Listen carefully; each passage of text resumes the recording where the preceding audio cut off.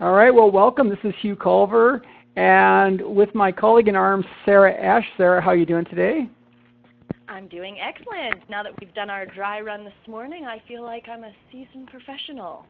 Yeah, you are a seasoned professional. I think at 2 times makes you a seasoned professional. So I'm excited to have you on board. This is also an exciting topic. It's something that we are constantly being asked about is webinars and how do you use them. But at the same time, I also know that there is a number of barriers that come up when people think about webinars because there is technology involved. There's also some marketing involved. So here's what I'm going to cover in this 60-minute webinar. We're going to talk, first of all, we're going to talk about why webinars actually work and why you should consider them as a part of your marketing strategy. And I'll tell you, listen, there's lots of other things to think about. There's lots of other marketing ideas. But I'm going to hopefully try to convince you through my own experience why I have made webinars a huge priority on my campaign calendar. Secondly, 10 options that you need to consider when you're thinking about webinars. Now, this is information you probably won't find all in one list, and it simply comes from my last 5 years of experimenting and trying and failing and succeeding with webinars. So 10 things you want to think about as you plan your next webinar campaign. 3, we're going to talk about what's going to get in your way. So after all this great news, I want to share with you 7 things that probably are going to be barriers for you that you need to address. I'm going to take you through our launch sequence. I've never shared this with anyone before, but this is actually what Sarah and I call a standard operating procedure, an SOP. And we actually have documented this. This is the way that we actually launch every webinar that we do, and I usually do 2 a month for different audiences. And I'm going to share with you exactly what it looks like. And this alone should save you a lot of grief because it's going to show you what you need to do to run a really efficient webinar. And then finally, we're going to get into next steps. And so by next steps, I want to talk about 7 things you need to do in order to get started with your next webinar. Now, I recognize when we got almost 300 people are registered for this webinar today that there's going to be a whole lot of you that have done webinars before. So I understand that. What we want to do in this webinar, in this 60-minute call, is we want to really take you kind of maybe to the next level where you can start looking at, okay, if I've been getting 50 people, how do I get 100 people? If I've been selling 2 things, how do I sell 20 things? If I'm trying to get more speaking engagements, well, how can I actually convert the people that register to speaking clients? And so I want to just sort of challenge you to go the next step. If you've never done a webinar, then my challenge is really simple. Do one this year. Simply get on and do one. And even if you only have 10 people, you're going to learn a whole lot more than just simply thinking about it. So let me tell you a little bit about my business and why I do webinars. So I have a lot of streams of income into my business, thankfully. I'm a keynote speaker. Still half of my work is as a speaker. So this week alone I have 3 speaking engagements. I also have a really exciting product called SOS, which is social media posting for speakers. And we have clients now in 3 different countries. And we post their blog. We make their blog popular, and we drive traffic to their opt-in. We run the Boss Training Program with Jane Atkinson, which is a really exciting way for speakers to learn in a really accelerated fashion over 8 weeks how to grow a profitable business. We're going to invent the Boss Live events for next year, or maybe even this fall. It's a way for people to come together to learn about Boss. We do webinar coaching that you're going to hear about on this call. I have an online course called Time Freedom Formula. I do affiliate programs, and I have books for sale. Wow, I got a lot of stuff to sell. And that's a good thing, but it also means I have to be continually marketing. I need to drive traffic to those income streams. Well, how do I do it? I do it through webinars. Webinars, I have learned, are one of the best ways for me to continually fill those funnels. So let's look at that. Why webinars? Why is it that webinars work so well? Well, I want to share with you at least 6 ways, or 6 reasons I should say, as to why I think they're so powerful. Number 1 is it's a chance for people to test the goods. It's a chance for you to show your stuff. It's a chance for you to share your content. You know, we put stuff on our website. We write blogs. We post articles. We do all those sorts of things, and that's good. And people that are thinking about, for example, hiring you as a speaker, that's a really good examples of what you can do. But nothing beats hearing you talk. Like nothing beats hearing how you explain things or your excitement for certain topics. And you can't go around and sit in everyone's office. But what you can do is you can host an event for 45 or 60 minutes that actually showcases what you do. Number two is there's a sense of urgency. Now this is a really important point. A lot of stuff that we do doesn't have any urgency to it. So yeah, your blog is there, but why should I go today and go read your blog? Oh sure, you sent me this email, but that email is just another sort of information sharing or some kind of announcement. But when there's a date attached to it, when it's about to expire, that gets people to look at it. It's like a concert. The concert is only going to be on that date, and so urgency helps to get people to pay attention and come on to the webinar. Number three is you have a captive audience. I'm going to talk more about that in a minute, but you just got to consider how hard would it be for me today to get 300 people into a room as opposed to what I did today. Number four, it makes you first of all, you develop trust because now people can hear what you do, you deliver the goods, you keep your promises on the webinar. You develop authority because obviously you're going to be sharing awesome content, and they get to like you and know you, which is my little acronym, which is talk about you. So they come on the webinar, they say, that was great. They tell other people about it, and you get more registrations.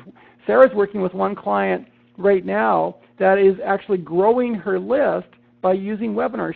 Sarah, why don't you jump in and just share an example of how that's working? Yeah, so I've got one client who's been with me now for 2 years, and on average she's adding 40 to 60 new people to her list each time, which is incredible.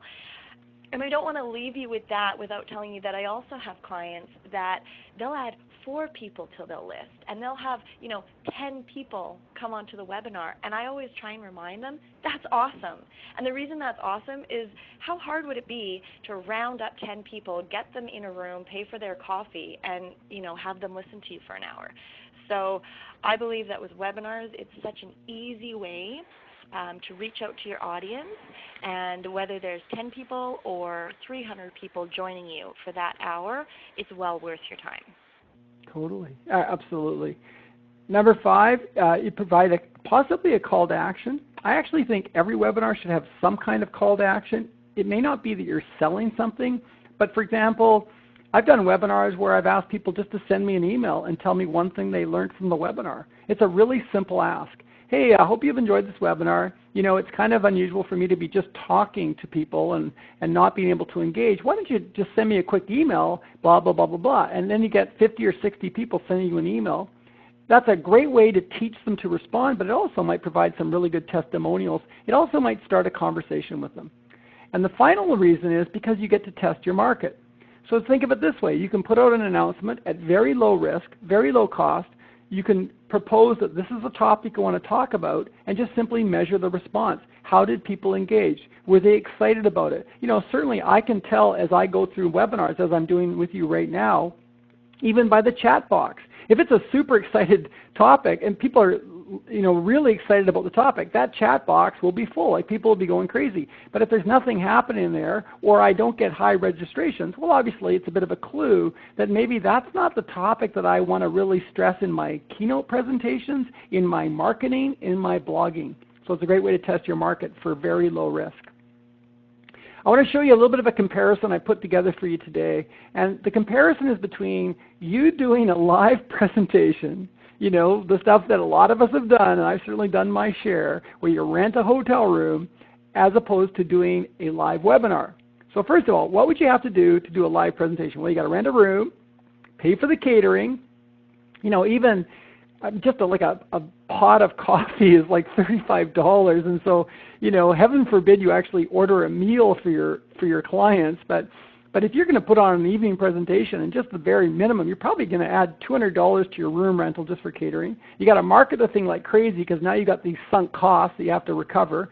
Then you have to deal with registrations and payments somehow. So probably you have to pay a commission to some kind of online platform like Eventbrite. Then you have to pray for the minimum numbers, otherwise you're going to lose money. Then you have to pay for materials that you're going to have people walk away with.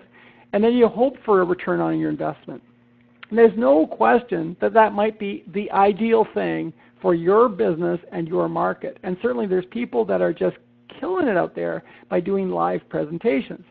But if you've got a small platform, you haven't really been in business a long time, your list is really small, I would argue for webinars. Let's look at webinars. What do I have to do? I got to send out some emails. I believe for this webinar we only sent out 2 emails. So 2 emails to get the kind of results that I'm looking for. That's pretty minimal effort.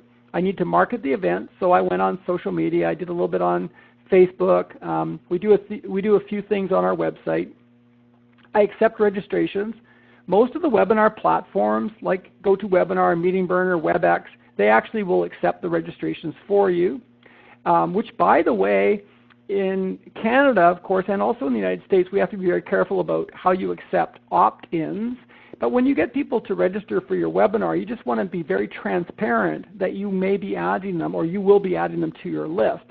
Some of the platforms will actually have a checkbox which gives people or allows people to give you permission to do that. So just something to consider. When people register for the webinar, that is considered implied consent, and you should be able to add them directly to your list after the webinar. And then I simply host the event. So compared to a live presentation, and again, live presentations have a completely different element to them. You know, you're live with the person, you're more engaged, you're more likely to move that person to a sale or some other kind of relationship. But compared to that, a webinar has very low risk.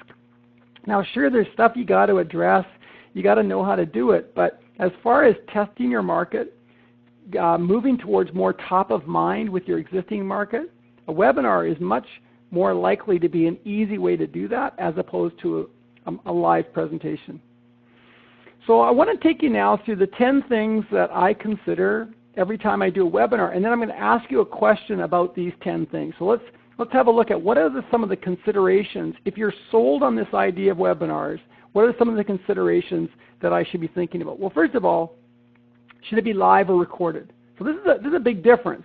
This is a live webinar, obviously, and after the webinar, you will be sent an invitation to get the recording. And so, you know, there's lots of different statistics out there, but one I just heard today was that 43% of the people that register, this comes from On24, 43% of the people that register will actually download that recording.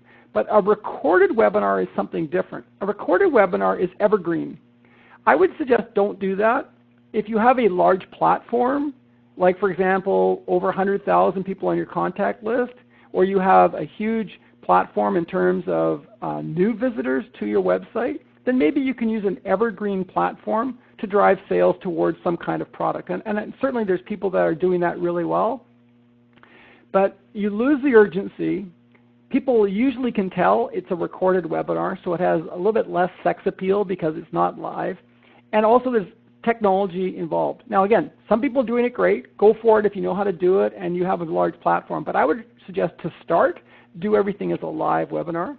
Second, I want to think about slides or audio. I started with audio only, which was great. We used Instant Teleseminar, very inexpensive, very easy, audio only. I literally sent out the link and people simply dialed in at the right time. It was as simple as that.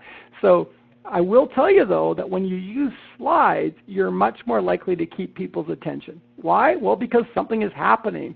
You know, generally speaking, with a webinar, you want to use twice as many slides as you might use if you were live presenting, twice as many, so that you keep people's attention. Number 3, registration or open. So Sarah, maybe you can talk about the difference there and why we choose registration. Yeah, so basically with an open, it simply means create the webinar link, send it, and say, join me at this time. So you're not collecting their email, you're not getting them on your list. Really great for keeping things simple, but with the technology now, for example, we use MeetingBurner. Once you create the event, it automatically creates a beautiful landing page for your registrations that you can send them to. And the benefit we find with that is you're getting their email address. You get control. So now you can email them a reminder, or in the case of a lot of the platforms, the platform will automatically send the reminder.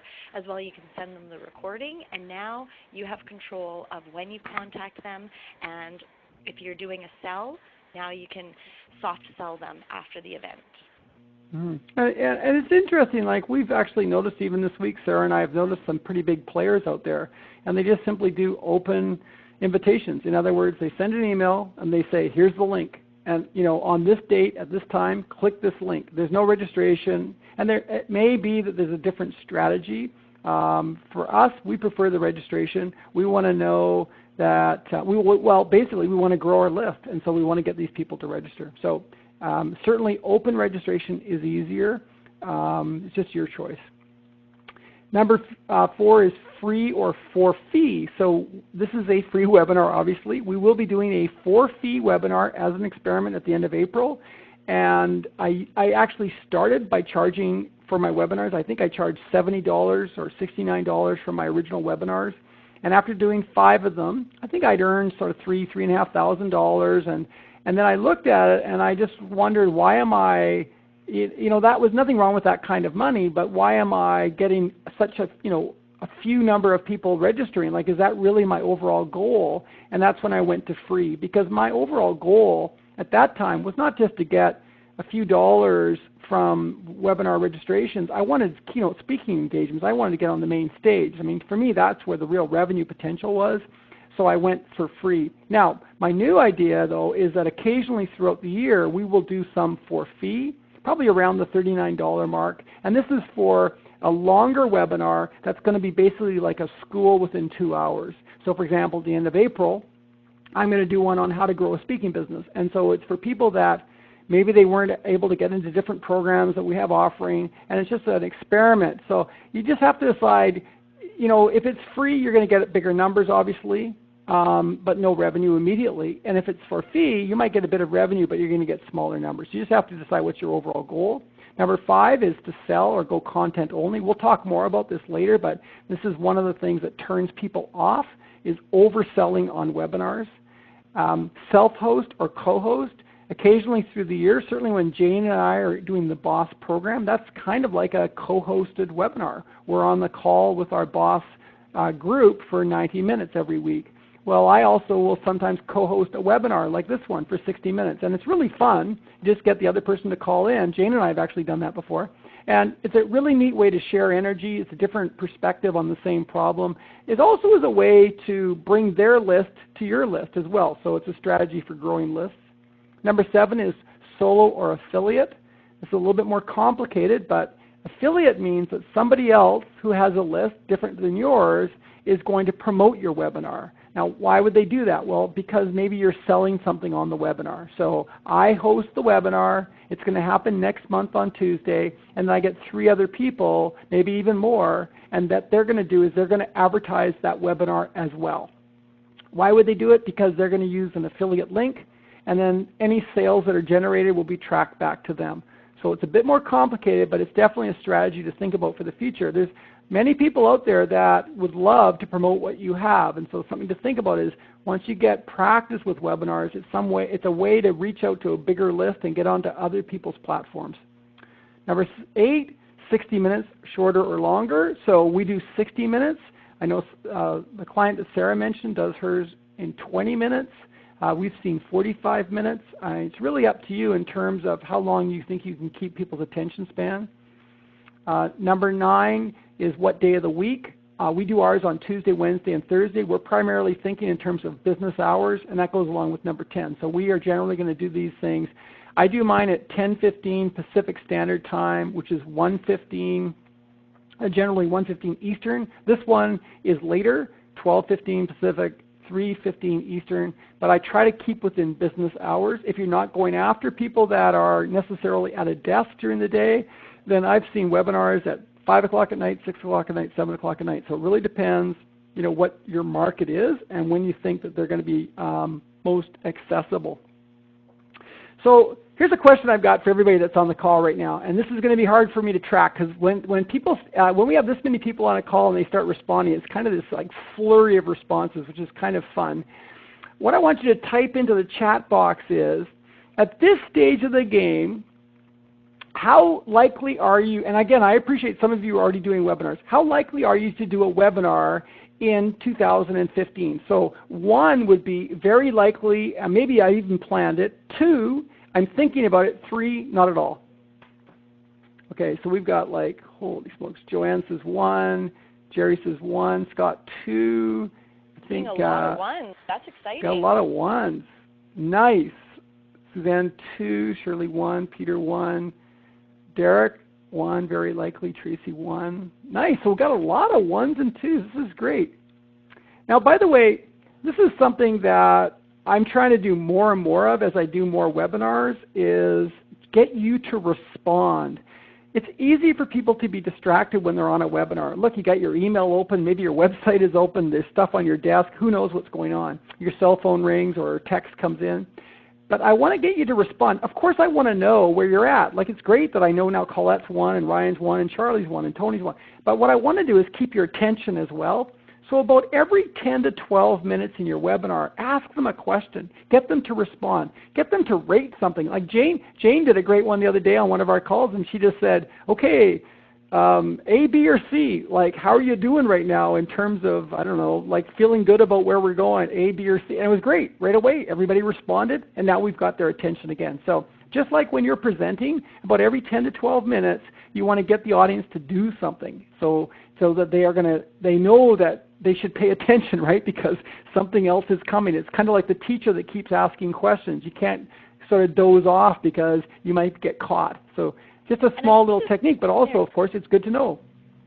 I just wanted to say that with the chat and the Ask a Question feature here with Meeting Burner, and I think this is the same with a lot of other platforms, those are all saved. So after the webinar, if you did happen to ask some questions where you were trying to get to know your audience and you wanted to look at that for research in the future, all of that information that's entered is saved. So you could run your own little survey and use that down the road. Yeah, and we've done that. I think we've done that, haven't we? Like we've actually gone back, and actually Sarah did it the other day, which is the advantage of having a Sarah in your office. But I was in the middle of the webinar, and she went into the Ask a Question box, which is what only we can see, and she typed in the results of a survey from like 5 minutes before.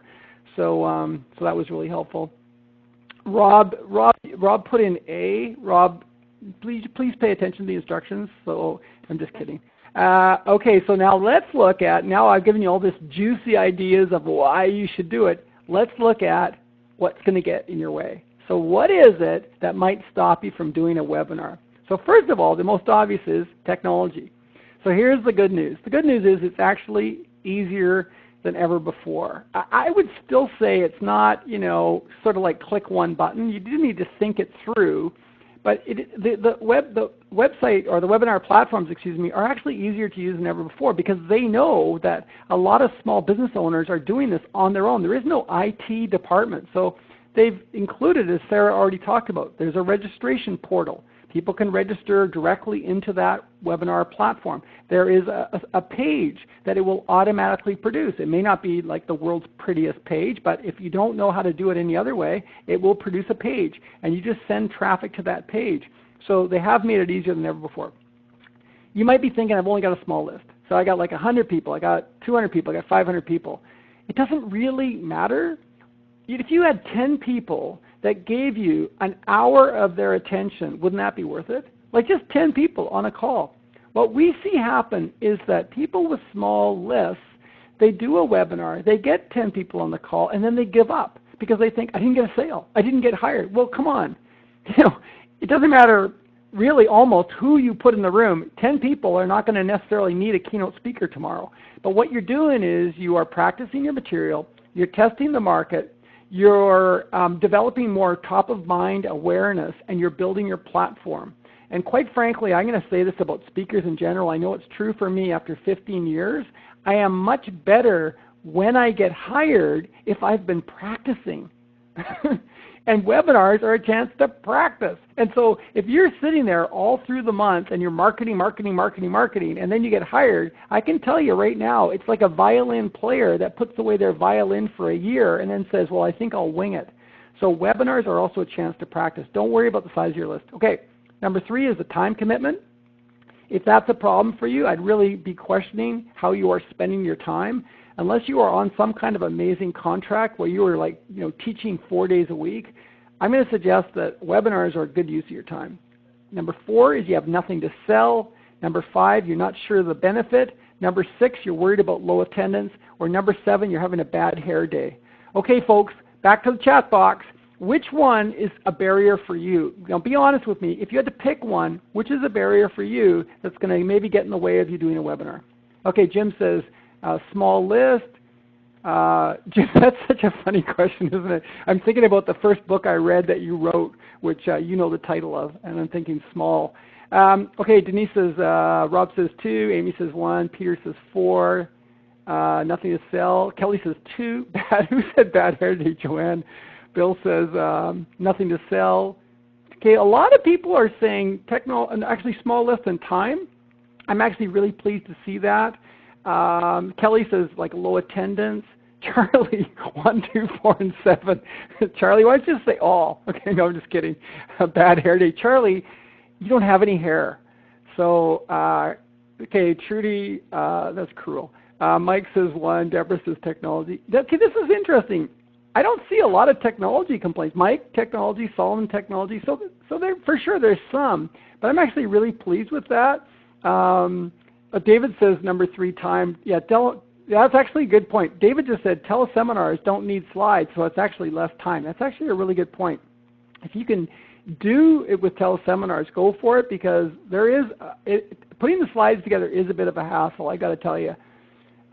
Especially with a lot of these platforms, like with Meeting Burner, for example, it does not actually allow you to animate your slides. So these slides that I'm showing you as I go through them, believe it or not, these are actually individual slides, because there is no animation feature on a Macintosh, I should say. Excuse me, just to be clear, on a PC it would work, but on a Macintosh.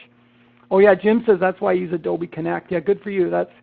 And maybe we should be looking at that, but if anybody has some kind of clever workaround, I'd love to know what it is, because it is really a pain. I have to make my slides, and I have to break them into individual slides to actually make them look like they're animated.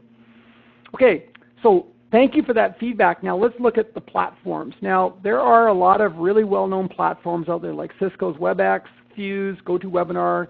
Webinar is on Air, which is a private company that uses Google Hangouts, so that you can actually get beyond the 10-person limit on Google Hangouts, and of course Meeting Burner. And there are like dozens of platforms out there. Here are some of the things that I would look at before you choose your platform. First of all, is it easy to use? You know, I mean, the last thing you want is to be in the middle of a webinar and you're fussing around with, I don't know, something that is complicated or you don't know how to use, but even easy to use in terms of setting up the next webinar. So the registration platform and entering the time and the date, or getting the recording out of it. I'd also be looking for great customer service. So can I call them up? Can they answer questions? Like, 10 minutes before I'm about to launch and the thing's not working. And this is something that we're going to highly recommend, is that you get onto a platform, ideally that's free to start, and just experiment, and also experiment with their customer service. Number 3, is it inexpensive to start? A lot of these platforms will provide you with a free account, so you can go for the first 14 days for free, which is a great way to just test it out. So you just sign up for an account, you set your meeting date, you tell 2 people, that this is the date, just 2 friends or whatever, and just try it for 10 or 15 minutes, and just try the platform over and over again and see if you like how it works.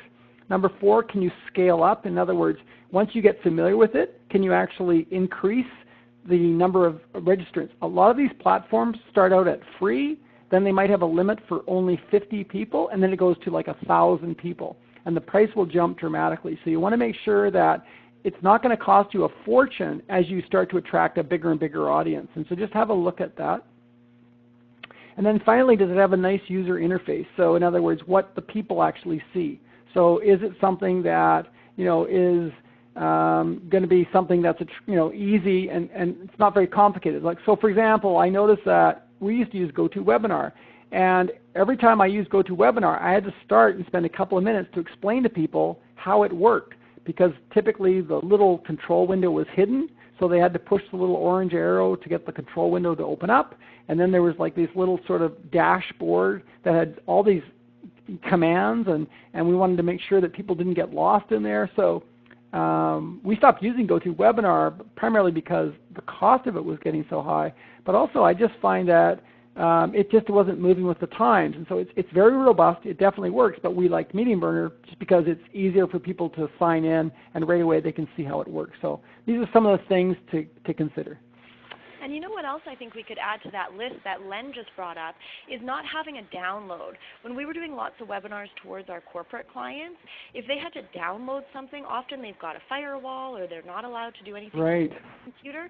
So choosing a platform that doesn't require any downloads or add-ons is a really I forgot about that. That's right. That's right, because initially I was a lot of my clients or people that were coming on the webinars were employees in large companies, and they couldn't actually use GoToWebinars. And that's right, I forgot that. Thanks, Sarah. And I remember, like, literally within the last hour before the webinar, I'd be getting calls from a frantic HR manager saying nobody can get on your webinar because we've learned that, you know, the download wasn't accepted through their firewall. So these are just, like, unfortunately, these are the kind of stuff you have to figure out. But the good news is a lot of these platforms now work on the web. And so, like Fuse and Webinars on Air, Meeting Burner, and dozens of others. And so you're going to avoid some of those little glitches. So but definitely got to check that out. So you got to think about who's my client and how easy is this going to be for them to use, and use that free time trial to just get in there and experiment. Nothing will beat that. Okay, now I'm going to show you a crazy chart. Okay, so brace yourself, both feet on the floor, because this is how we do a webinar. And again, some of you are going to be listening to this as a recording, so you're going to want to look at the slides. For those of you that are on this call live, you're going to get this as a recording as well. But I want to walk you through how we do a webinar. So here we go. Imagine there's 3 weeks on the calendar. And here's your webinar in week number 3. Let's say it's on a Tuesday or a Wednesday. So there's the date that you're thinking about. Now let's go back 1 week for promotion and 1 week for planning. So now I'm 2 weeks before. And what am I going to do in this 2 weeks before? And again, this is on a campaign calendar that is I recommend highly a wall chart that is like literally printed out from your calendar, 1 page per month, and you get to be like a child again and get to Scotch tape it all together and put it up on your wall. And then you have placed those on the calendar. And you started by saying, okay, what are all the weeks that are unavailable? I'm at a conference, I'm on vacation, I don't want to work, it's the middle of the summer, it's the middle of the winter. Remove all that date. I even remove statutory holiday dates. So, for example, we just came through Easter. Well, I'm going to not, you know, this is an unusual thing for me to do it on this week, but I'm doing it because it's to entrepreneurs, whereas I would not do a webinar typically on this week because it's a short week to corporations. Okay, do you see the distinction there? The short weeks are not great for going out and advertising to corporations. They're too busy catching up because they're so confused that their calendar has missed a day. So I remove all those sorts of dates. And then I'm going to lay out 3 weeks.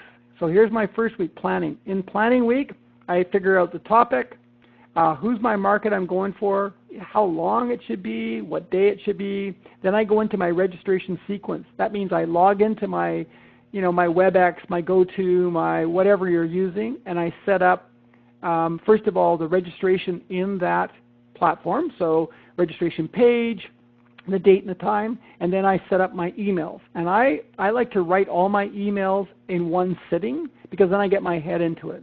And I'll get to the emails in just a minute. So all that's done. Then I add it to my website. Now we do that in 2 ways. We put a widget on our website. So if you go to the website right now, Hugh Culver, you'll see on the right-hand side a little widget, and that will go down at the end of today. But also we use a free plugin, and that plugin will actually put that same image inside every one of my blogs. So it's really cool. So every blog has that advertisement in it for the week or 2 leading up to the webinar, and then it disappears tonight. Then we're going to do some social media noise. We don't do a lot to promote our webinars, but we're going to put out a couple of posts during the weeks leading up to it. And then finally, I build my show. And this is one of the last things I want to get to. One of the mistakes I see lots of speakers making, I've made it myself all too often, is we build stuff before we've actually marketed stuff. It's the last thing you want to do is actually build the show. Then I'm going to send out at least 2 emails. Email number 1 will be about 5 to 7 days before the event. And that's usually a medium-length email. I usually write it in a very conversational tone. And usually what I'm doing is I'm describing a problem that I want to address. The second email is about 2 working days before the event. And that's one where I will probably give a case study or another argument as to why this is a problem you want to deal with. So I'm going to give you more information. I'm going to assume in this second email that you've seen the first email. So I'm going to say, I sent you a note a couple of days ago. Maybe you didn't have a chance to look at it. Here's what I'm going to be talking about on Tuesday, and this is why I think it's so important. Sometimes I will send a third email which comes out the morning of the webinar, and that's usually scheduled to come out about 3 hours before. So for example, I might send it out at 7 a.m. and it's extremely short, and it just says kind of, heads up, I've got a webinar happening today, and I hope you can join me. The fourth email or third email, depending on how many I send out to announce the email, this is the recording. And we actually like this one to go out even the day of the event. So if I can get a hold of that recording really quickly, I've already written that email, and then we're ready to go that day. And the reason we want to do that is because we're still top of mind. People have been thinking about the webinar. They've registered for the webinar. Like today we've got something like 300 people registered for the webinar. Well, on the call, I don't know how many we've got, but let's say, excuse me, we've got like 80 people on the call, something like that. Well, I've got an opportunity now for those other people to download it. So I want to get that email out as quick as possible. If I'm selling something, I might do a final email, maybe towards the deadline for the sale offer, and that fourth email might come out, or the fifth email might come out, and then finally we debrief it. So that's where Sarah and I will meet for a few minutes and just say, okay, what worked? What didn't work? How was that topic? What kind of response did we get? And then basically it's a wrap. So that's the sequence that we go through every time. We've written this up. It's a standard operating procedure, an SOP. And the reason we've done that is because we're always looking at ways we can outsource a part of this. So we've recently outsourced, for example, we use Lead Pages to create that really cool looking sales page that you registered through. Well, we now have somebody that actually builds that lead page for us. We also have somebody that will schedule these emails for us. So that person does a part of this whole sequence. And so because we've written it up as a routine, kind of like a checklist, it's much easier for us to outsource it. So there you go. That's behind the scenes. This is how we do it. We do 2 to 3 of these a month. This is my second one today. It's my third one this month. And we repeat the same routine every time. The only difference is how many emails we send out to advertise and how many emails come out afterwards. The minimum would be 2 emails to announce it and 1 email to send a recording.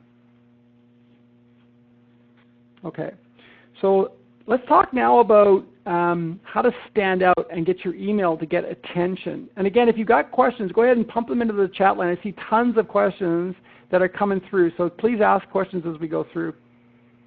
How do I get my webinar noticed? Well, I'm going to give you 8 ideas on how to do that. So the first thing is start with a problem. Okay, so quite frankly, if you present people with a problem that they know they have, they're much more likely to say, I want to find the solution.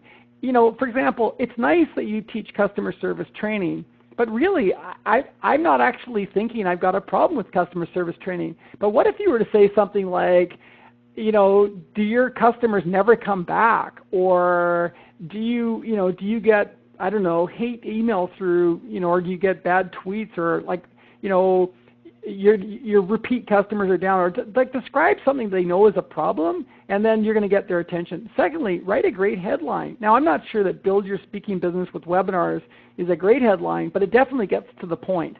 Like, in other words, I didn't say, learn how to market your speaking business. I said it's with webinars. It's very specific. I've only got 60 minutes, so I want to get to the point. Number 3 is suggest secrets. So great words to use are reveal, discover, I'm going to share, behind the scenes, never before shared. So, those get us interested, right? It's kind of like going to Disneyland. We want to know, what's going on behind the scenes. So those are great words to use. Number 4, make it personal.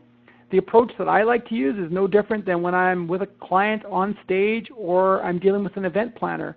It's not my team, it's me. I am presenting, I am sharing. So use first person when you're writing these kind of invitations. Number 5 is to talk about results. So what is it they will learn? So usually 4 bullet points is kind of the maximum, and keep them really short. And whenever you can, get excited, use really good adjectives, get excited about it so that you're excited about sharing with them, but also number your lists. So for example, you may have noticed as I'm going through this webinar, I'm telling you I'm about to share 10 options you should consider, 7 things that might get in your way, 8 ways to stand out. So lists get people interested because it's definitive. I'm going to get a list that I can work from, and it's much different than I'm going to get some kind of argument given to me. I get a list I can use. So use lists whenever you can, and then of course promise a recording. Okay, you guys in the chat box, which one of those 8 could you do better or more of in all of your marketing? Which one of those 8? So think about your blogs, your invitations, even what's on your homepage. Yeah, Denise says 1. And Denise, starting with a problem is the beginning of all your communications, even when you're on the phone with an inquiry. Josh says 1 and 4, so making it personal. Carol says start with a problem. Joanne says speak to their pain. Scott says start with a problem. Mike says write a great headline. Daryl says share the secrets. Janet says use numbered. Janet says start with a problem. And Len says 2, 5, 6, and 8. Okay, Len's got them all. Colette says start with a problem and numbered list. Great. And so again, it's not just for your webinar promotion. It's also, in your blog and on your homepage and in your About page, which is your second most read page on your website. Like, have you gone to your About page lately and actually read it as if it's the first time you've ever seen it? Like, is it exciting? Like, is there something that are you actually tackling a problem? So these are just great little insights for anybody that's doing any kind of marketing. Okay, let's look at how I actually break down the time I spend on a webinar.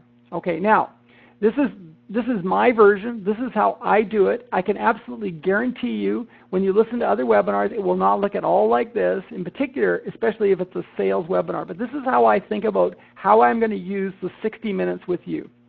So first of all, as I've already talked about 15 minutes before, I do a pre-call check-in. So I come on 15 minutes before. I got a nice cup of tea. I got my my water with me here. I've turned my cell phone off. I'm using a headset so that the audio quality is good. I'm actually dialed in through a telephone. I don't use online for my audio. So I've actually phoned in to use my audio, and I'm starting to chat with people. I'm showing them how the platform works. I'm getting them to use the chat box. I'm continually reminding them of how many people have registered for social proof, but also when the webinar starts so that they're paying attention. So I'm constantly getting them going. Sometimes I'll ask them, I'll say, wow, it's a beautiful day in Kelowna. I can see some low-lying cumulus nimbus. It's a blue sky. It's +7. Why don't you tell me what city you're in and what's the weather doing right now? And it's really fun. People love that. They go, I'm in Winnipeg. I'm in New York, and it's -30, and it's snowing here, or I'm in Florida. And so it's really fun. I'm doing that for about 15 minutes. Next, I'm going to do a welcome, and I'm going to cover the agenda. That's what I did today. Hey, welcome to the program. Here's what we're covering. Here's the agenda. Really, really quick. I want to move through that in 7 to 10 minutes.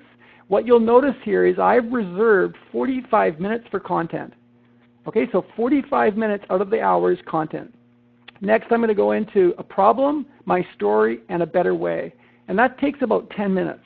Here's the problem we're here to address. Right? We want to get more clients. And so we want to find ways to do that. And I've started to use webinars, and there's a whole world of opportunity with webinars. That's my message, okay? The problem is, my story, my experience is, and there's a better way. And then following that, I go into solutions, summary, and call to action. So that's the remaining 35 minutes. And this is what people signed up for. So give me the meat, give me the solutions. A big mistake that people make is they now are rushing because they haven't actually written down the time markers. So I know that I needed to be at this point. I'm actually 2 minutes ahead of where I needed to be for this slide because I know what's coming up after this slide, and I do not want to leave you feeling like I was disorganized or rushed. You've all seen people do that on stage, and they're flipping through those last 15 slides, and they're jumping stuff, and they look nervous. So one of the things you need to do is when you finish your preparation, is write down the cutoff times. Just like a good speaker, I must move to the next slide at this point, okay? And then the last 5 minutes is a wrap-up and what's next. So then that's when I'm bringing it all to a close.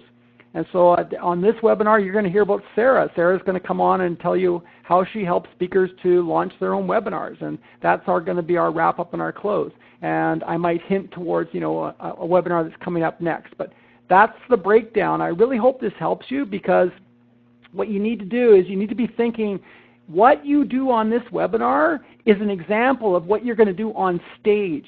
And if people sign up for your webinar, that's great to begin with, but don't forget, you're showcasing your stuff. And if you're a 5,000, 3,000, 10,000, it doesn't matter what you charge. If you can't handle 60 minutes with a headset on, you're going to have trouble handling, your audience when they're live with you. And that's what an event planner is going to see. So remember, this is you showcasing your good stuff. So make sure you've got it dialed and you're organized for doing it. Okay. I hope that really helps you. And let's just, man, I can see that we've got like tons of folks are coming through here. And I can see Sarah is answering as many of these as I can. So Henry says, great framework, thanks for that. Yeah, and this is the sort of stuff that, just by thinking this through, it's going to make you more organized and it's going to reduce your stress levels. And here's another little tip that I'll share with you, and I did the same thing today, is in the last minute, just delete a bunch of stuff. Like, Jane is always on to me for this, but just delete a bunch of stuff. Like, no one will miss what isn't there. So if you got a bunch of slides that you fell in love with because you created the slides and they've got some cool text or font or whatever, it doesn't really mean that it's going to add to your delivery, and it might mean that you're now really crowded for time. So in the last hour or two, as you're getting ready to go, it's not a big deal. As long as you're delivering what you promised on your advertisement, your emails and your sales sheet, then go ahead and delete one whole chunk and nobody will miss it. So there's like 2 chunks I took out of this presentation in the last couple of hours, because I just realized that, it's not serving you to throw more content at you. It's better for me, like right now, is to spend more time on fewer topics. Okay, here we go. So we're going to move into how to get started. And this is the last chunk I'm going to share with you, and then we're going to get, and I'm going to get Sarah on the call as well in just a minute. How to get started. Here's what I recommend. Get out your campaign calendar. I mean, I'm always, going on about campaign calendars. I don't think there's anything that's either both harder or more important to do than your campaign calendar, because it's just like one of those things that, is going to get you planning ahead of time. Allow 3 weeks for each webinar. So get that on the calendar, 3 weeks for each webinar. Next is to plan your topics and your call to action. Okay, great. So this is being recorded in April. What do I want to do maybe the 3rd week of April, and what is it I'm actually leading people towards? Then you create your goals. So our goal actually was to have 300 people on this webinar, and I think we've actually hit the goal. Nothing beats a goal. It gets your mindset starting to think towards it. It pushes you to just do a little bit more in terms of advertising or marketing it and getting on Facebook that one last time. Have a goal for registrations. Have a goal for how many are live on the call. Like we usually hope for 50% live on a call, and then have a goal if you're doing sales or any kind of a call to action, how many you're going to get. Just as a kind of a sort of a test to yourself. Okay, I wonder how many I can get on this call. How many can I get live on the call? Because the better the content, the more people you're going to get on the call. I can guarantee you that. So we want to get like as many as you can on the call live. Nothing beats that. And then sales and call to action. Number 4 is to practice. So get that free webinar registration. Get out there, run a fake webinar. Just put a date on there and try it out. Nothing will beat that. It's really important for you to figure out the technology. So should I call in? Should I use the web? How's this platform working for me? You don't want to have any surprises. Number 5 is to finally build your slide deck using those tips that I shared with you. So don't overload it. Make sure there's lots of room to talk, lots of room for Q&A. Create your time markers, which is when you're going to actually move to the next topic, making sure you've got lots of time to wrap it up. Don't be rushed at the end. And then finally, do what you do best. Like chill out, relax. Like have some fun, get ready to serve. That's what people want to know. You're not going to help them by cramming a bunch more stuff at them in terms of your topic of, it's kind of like an iceberg. There's maybe 10% they need to know. There's 90% they could know. Just give them the 10%. Make them want, I remember this great interview with the wonderful Tony Bennett, and he said, and you always want to leave them wanting more. You want to leave them wanting more. And the interviewer said, really? Why would you hold back? Why would you? He says, well, and Tony Bennett said, well, you want to leave them more if you want to get rehired. So, when you share the top 10% of your iceberg, people want more. They want to know, how do I figure out how you do it? How can I bring you to my audience? How can I get you into my conference? Because, man, that was awesome what I saw that you did, and now I want to know how can I get more of it. Okay? So there you go. All right. I'm going to ask Sarah to come on now. We're going to talk about how we help speakers with their webinars, and we've been doing this now for, I guess, about 3 years. And so, Sarah, if you could just jump in and walk us through, if someone wants to work with you to get a webinar launched, how does that work? So we have our initial consultation call where we figure out if it's going to be a fit, and then basically we dive right in. And I work with people in one of two ways. Either I take care of everything for you, and you just create your content, and you show up on the webinar day, and you do your thing. And the other way is I teach you the ins and outs, how to set up the webinar, how to create the invitations, how to market the webinar, how to get the recording out to everyone. So you can sort of decide how much you want to learn, and we go from there. And so basically I've got SOPs for everything. I've got checklists.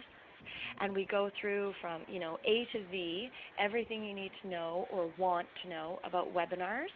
And we get you going through your first one. And I always recommend, if you commit to webinars, plan for 3. Just commit to doing 3, because your first one might not go as awesome as you had hoped.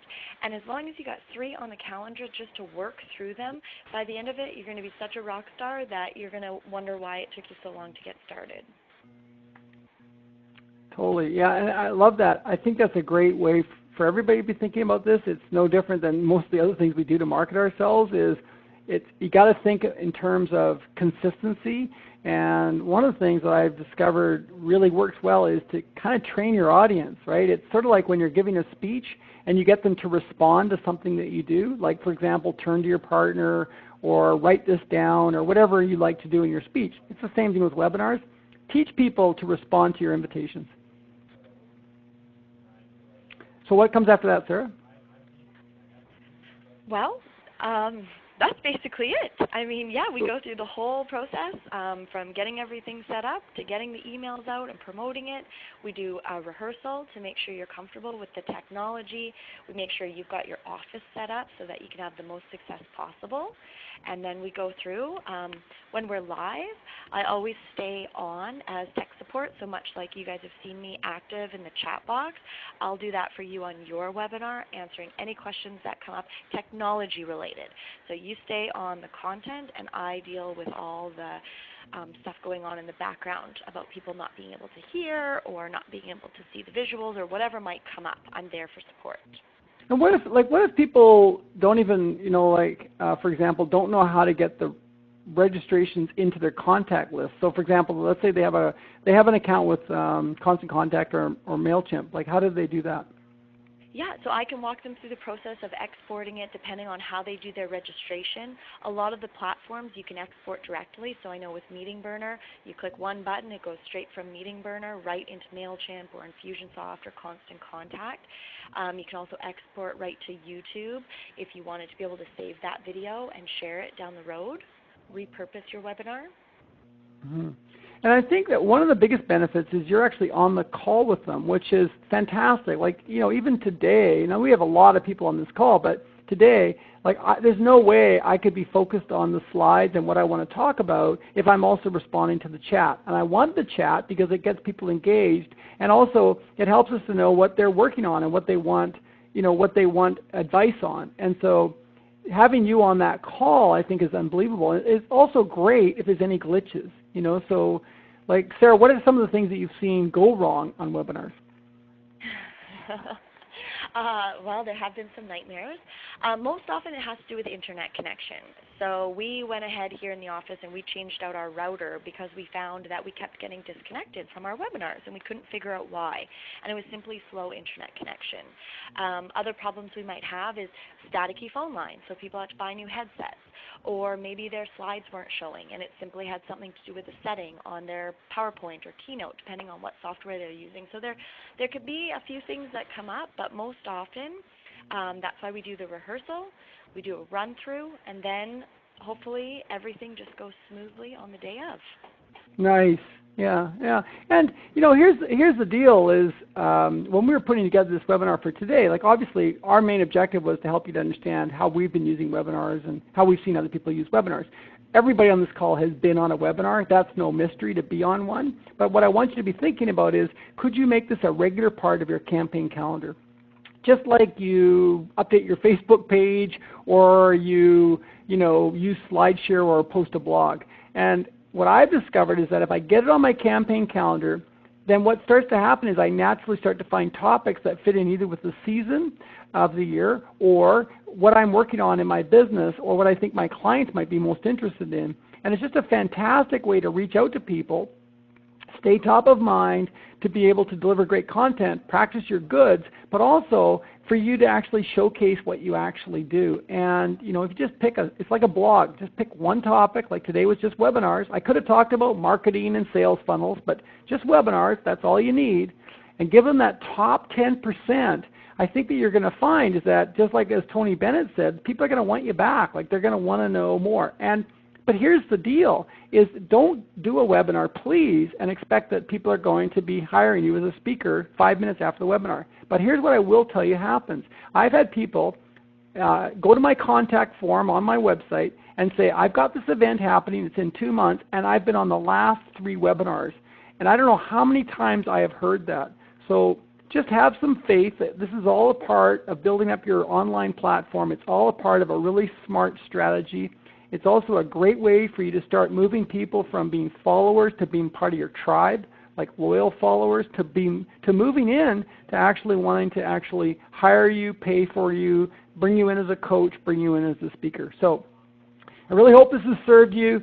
I really hope that whether you want to work with Sarah or not, that you do something in 2015. And I think the first thing that I would really encourage everybody on this call to do is get out your campaign calendar. And if you haven't done it, just do it. Like, it takes an hour. Just get your Scotch tape, get that thing on the wall, and start plotting out all the days you're unavailable. And then next, what are you doing this year to bring attention to the great stuff that you have? Because everybody on this call, and I know this for sure because I know a lot of you, everybody on this call has so much to share, and you are not being utilized to your max. No way. And so whether it's webinars or podcasts or whatever, but get something on your campaign calendar. I would suggest about every 90 days that you're going to raise the awareness. You're going to get people to look at you. You're doing something, and you're going to then go quiet again. And that kind of strategy throughout the year is going to really help to build your business, build your contact list, which is just absolute gold nowadays in our business. Build your contact list and also keep you top of mind, which is what you want. You know, event planners don't wake up in the morning and say, I want to hire a speaker. What happens is they go dormant for a while, then suddenly they got an event coming up, and whoever they're thinking about is going to be the first people that they're going to call. And it's no different with speaker bureaus.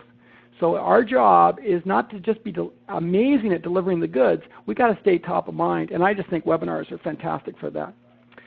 All right, my friends, we are just about done here. I love to stay on time, so we're actually 2 minutes early, which is perfect for me, and I hope for you as well. So why don't we all get in the chat box and say a big thank you to Sarah. She's actually a nervous wreck in the next office over here for sharing the goods with you and giving you a behind-the-scenes look at what we actually do here. Because I had to rope her in, twist her arm, buy her 3 lattes, give her a massage, take her dog for a walk in order to get this all to happen. Maybe you should be thanking me. Nothing more nerve-wracking than speaking to speakers who actually know. So, yeah. Isn't that true? Isn't that true? Thank you, everyone. I think you guys are just all awesome. So thanks, everyone, for being on board with this webinar. keep your eyes open for new stuff that's coming up. If you want to work with Sarah, it's really easy. Just contact her directly. It's Sarah with an H. Just find out more about what she does. She's awesome. She'll make you look like a rock star. And until we talk again, everybody, thanks. Be your best. See the best in others, and hey, make it happen. Take care.